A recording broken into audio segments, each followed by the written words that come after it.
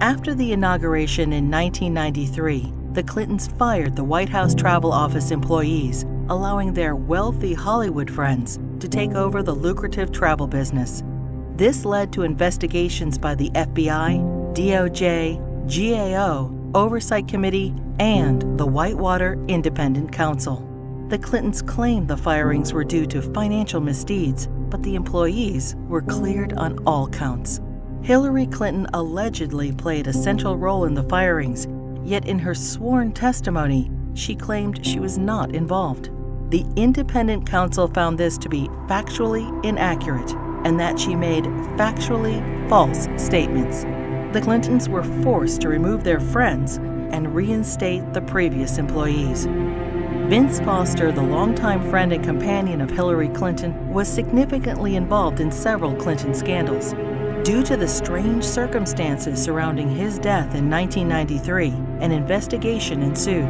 Before the police arrived, Clinton staffers illegally removed boxes of documents on Whitewater and presumably Travelgate and other sensitive issues. President Clinton put his wife in charge of the most expensive program in the country. There was a national outrage that the unelected, unqualified First Lady was going to design America's healthcare system. In a 1993 interview, Hillary Clinton admitted, "I am not an expert on healthcare. I'm not somebody who has studied it." Hillary Clinton kept the Presidential Task Force on National Healthcare Reform shrouded in such secrecy that a federal judge threatened to hold the administration in contempt. 2 years later, the healthcare plan was a 1,342-page nightmare, including gatekeepers, health alliances, purchasing cooperatives, new and higher taxes, and restrictions on choosing doctors. Physicians, hospitals, large and small businesses, insurance companies, Democrats, Republicans, and the general public rejected the program, and it failed disastrously. The General Accounting Office put a price tag of $32 million on Hillary Clinton's healthcare fiasco. For dishonesty, Hillary Clinton and others were fined $450,000. Court costs to taxpayers were $725,000. In 1996, with Hillary Care fresh in their minds, Americans voted both the Senate and the House into Republican hands for the first time in over 4 decades. In 1994, President Clinton's Attorney General Janet Reno initiated an investigation focusing on fraud accusations against the Clintons regarding their real estate venture, Whitewater Development Corporation, co-owned with their friends Jim and Susan McDougal. Hillary Clinton was the central figure, and the probe revealed pervasive conflicts of interest between the Rose Law Firm, where Hillary Clinton was partner, and its client, Madison Guarantee, owned by Clinton business partner Jim McDougal. Hillary Clinton claimed billing records, subpoenaed and critical to the investigation, were lost. It is presumed they were stolen from Vince Foster's office the night he died. 19 months later, following the Clintons' acquittal, many of the missing records reappeared in the Clintons' residence. As they were covered with Hillary Clinton's fingerprints, she fell under suspicion of obstruction of justice.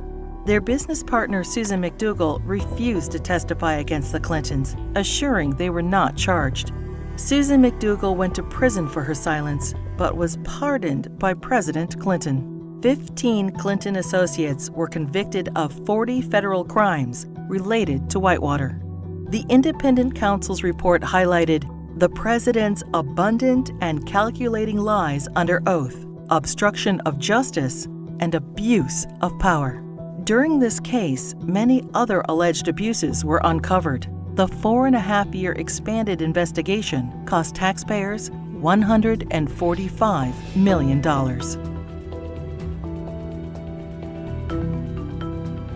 Hillary Clinton's trades in cattle futures raised suspicions of improprieties as her very first trade of $5,000 quickly turned into over $490,000. She refused to release her tax returns for the years in question. Hillary Clinton insisted that she made all the investment decisions herself, The investigation proved her trades were actually placed by her friend James Blair through the brokerage firm Refco. James Blair was outside counsel for Tyson Foods, the largest employer in Arkansas, which is state-regulated. The perception was Mrs. Clinton received preferential treatment and incredible financial returns as a way to garner favor with her husband, then governor of Arkansas.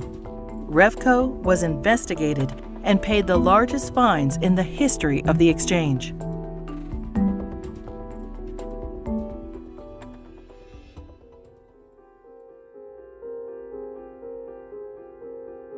The Clinton administration improperly requested and received FBI background reports on 900 Republican officials.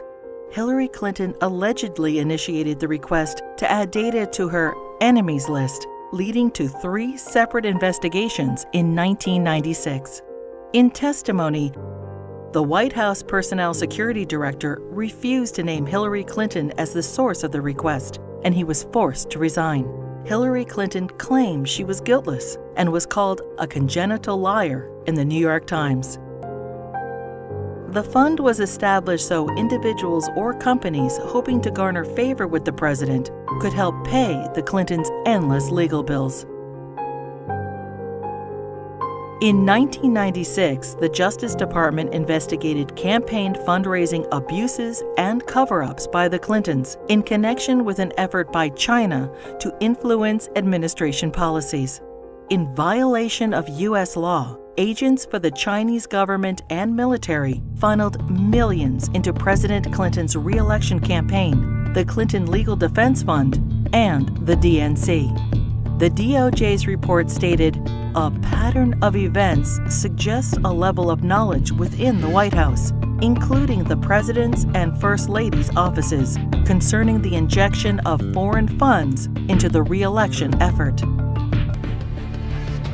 The Clintons were accused of using the IRS to harass their enemies, including Republican politicians, the White House Travel Office, the NRA, Judicial Watch, the Heritage Foundation, and other conservative organizations. A senior IRS official admitted that Clinton opponents were singled out for tax audits. Also audited were Bill Clinton's female accusers, including Jennifer Flowers, Paula Jones, Juanita Broaddrick, and Elizabeth Ward Grayson.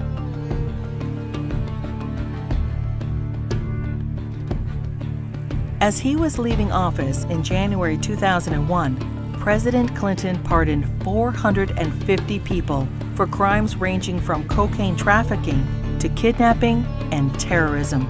Several pardons personally benefited Hillary Clinton and were investigated for direct ties to her New York Senate bid. Mark Rich, a billionaire fugitive, owed the government over $160 million and was charged with tax evasion, wire fraud, racketeering, and trading with Iran. Rich's ex-wife, Denise Rich, a close friend of the Clintons, donated over $600,000 to the Clinton Presidential Library just prior to the pardon. Mrs. Rich also gave $14,000 to the Clinton Legal Defense Fund and $135,000 to Hillary Clinton's Senate campaign. The New Square Four were elders of a Republican voting Hasidic community convicted of defrauding the government of millions of dollars. Candidate Clinton met with their Grand Rabbi. Hillary Clinton received their votes, and the New Square Four received their pardons. Hillary Clinton claimed, "I did not play any role whatsoever in the pardons." Hillary Clinton's brother, lawyer Hugh Rodham, charged high fees to use his family influence to obtain presidential pardons. Carlos Vignali, a Los Angeles drug lord, paid Rodham over $500,000, and his sentence for cocaine trafficking was commuted. Almond Braswell, a scam artist, paid Rodham over $250,000 and was pardoned for defrauding senior citizens of millions of dollars. Fighting for Puerto Rican independence, the FALN exploded 138 bombs in New York City, Chicago, and Puerto Rico. During a 10-year reign of terror, 13 innocent people were killed and over 80 were maimed. New York City Councilman Jose Rivera met with Hillary Clinton proposing pardons for FALN members in return for Puerto Rican support in her Senate race. 2 days later, President Clinton pardoned 16 FALN terrorists. These pardons were condemned by Democrats and Republicans, the House and Senate, the FBI, the U.S. Attorney, the Federal Bureau of Prisons, and the Fraternal Order of Police. Another probe into Clinton wrongdoing ensued. When Congress requested additional information, President Clinton claimed executive privilege, preventing anyone involved with the pardons from testifying. Hillary Clinton claimed no involvement in or prior knowledge of the decision. Former Democratic President Jimmy Carter called these shameless pardons disgraceful. The largest political fundraiser in U.S. history became the largest election fraud in history. In the year 2000, the fundraiser for Hillary Clinton's New York Senate race was attended by 1,300 people, including the Hollywood elite and the Democratic leadership. In violation of federal election statutes, an individual, Peter Paul, financed the entire event. Peter Paul was also a convicted cocaine trafficker. In violation, Hillary Clinton was involved with the solicitation of funds and the coordination of the gala. In violation, Hillary Clinton requested in writing an additional $150,000 from Peter Paul in untraceable securities. The Clinton campaign's filings with the Federal Elections Committee stated the event only cost $500,000. The actual price tag was $1.5 million. Senator Clinton was fined over $50,000 for purposely underreporting the cost of the event. In another campaign finance fraud, Hillary Clinton ignored FBI warnings and accepted over $900,000 from scam artist and felon Norman Suh. Hillary Clinton's Senate tenure was undistinguished. In 7 years, she introduced only 3 minor bills which became law, including the naming of a post office. She helped secure millions in federal assistance for a New York developer. Ethics questions arose when the businessman donated over $120,000 to the Clinton Foundation. Senator Clinton did not support English as the official language of the United States government, and she enthusiastically voted for the Iraq War resolution. Hillary Clinton ignored Senate rules and reporting requirements for the hiring of staff and non-paid fellows, breaking the Senate Code of Official Conduct and hiding multiple conflicts of interest. She was investigated by the Senate Select Committee on Ethics.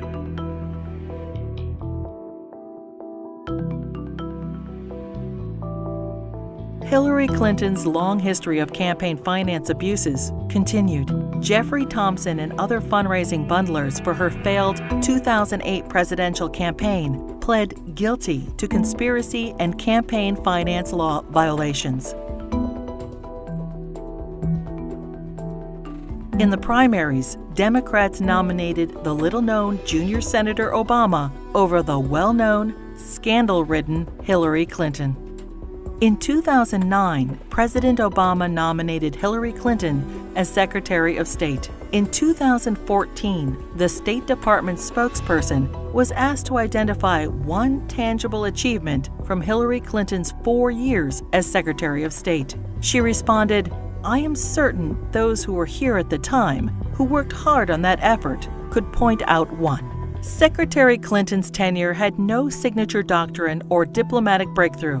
It was, however, 4 more years of scandals. The Clinton State Department wasted $80 million on a U.S. consulate in northern Afghanistan, which will never be completed. Under Clinton's name, the Foreign Service gathered details on foreign diplomats, our allies and officials of the UN, including internet usernames, email addresses, credit card numbers, fingerprints, frequent flyer account numbers, and work schedules. The Clinton State Department lost approximately $6 billion due to improper filing of contracts. The FBI, CIA, and the DOJ requested that Boko Haram be designated as a terrorist group so the agencies could pursue them. Secretary Clinton declined, and the group continued its reign of terror, including the kidnapping of 300 schoolgirls in Nigeria.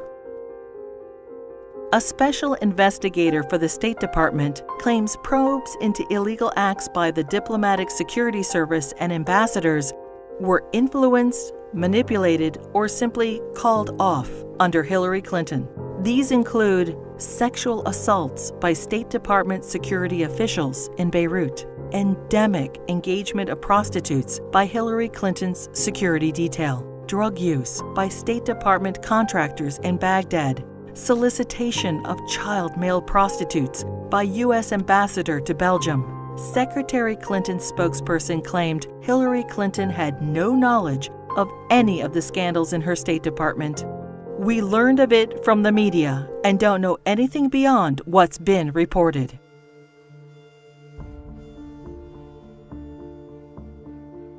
The United States mission in Benghazi, Libya, was attacked on September 11, 2012. As Hillary Clinton was Secretary of State at the time, she is at the heart of the cover-up investigation.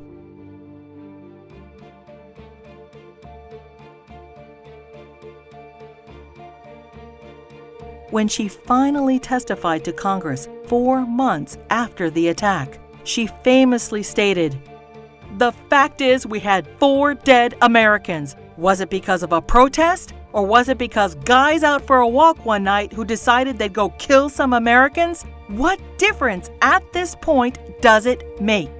Hillary Clinton testified that she submitted all documents requested by Congress.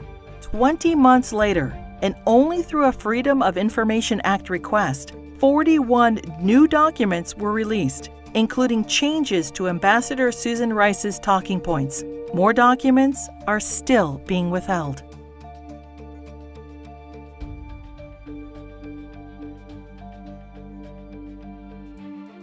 The Presidential Records Act allows restricted access to documents for 12 years after leaving office. Now, 14 years later, the Clintons are still withholding thousands of records from the public. Over 300 Freedom of Information Act requests have been ignored, suggesting more damaging revelations about the Clintons. It is difficult to separate the Clintons' personal and political financial ventures from those of the Clinton Foundation. The New York Times expose on the Clinton Foundation details moral and fiscal chaos, shameless fundraising, and calls it mired in conflicts of interest. Run by old Clinton friends, it has been grossly mismanaged and, despite enormous donations, ran multi-million-dollar deficits.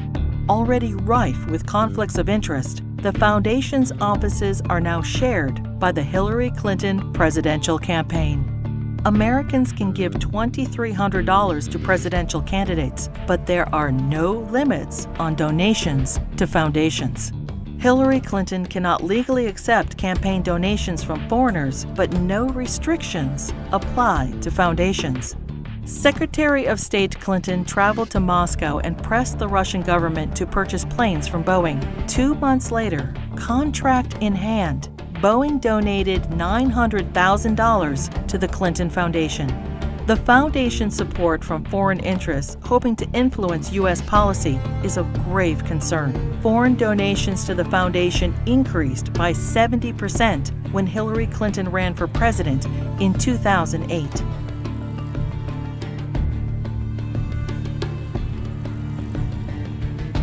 Saudi Arabia has financed terrorists, has an abysmal women's rights record, and punishes homosexuality by death.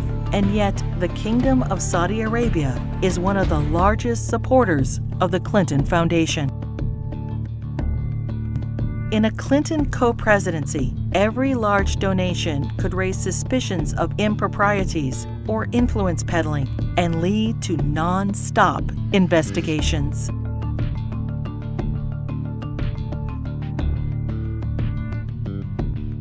Many qualified and deserving politicians, Democrat and Republican, women and men, are waiting to lead this country.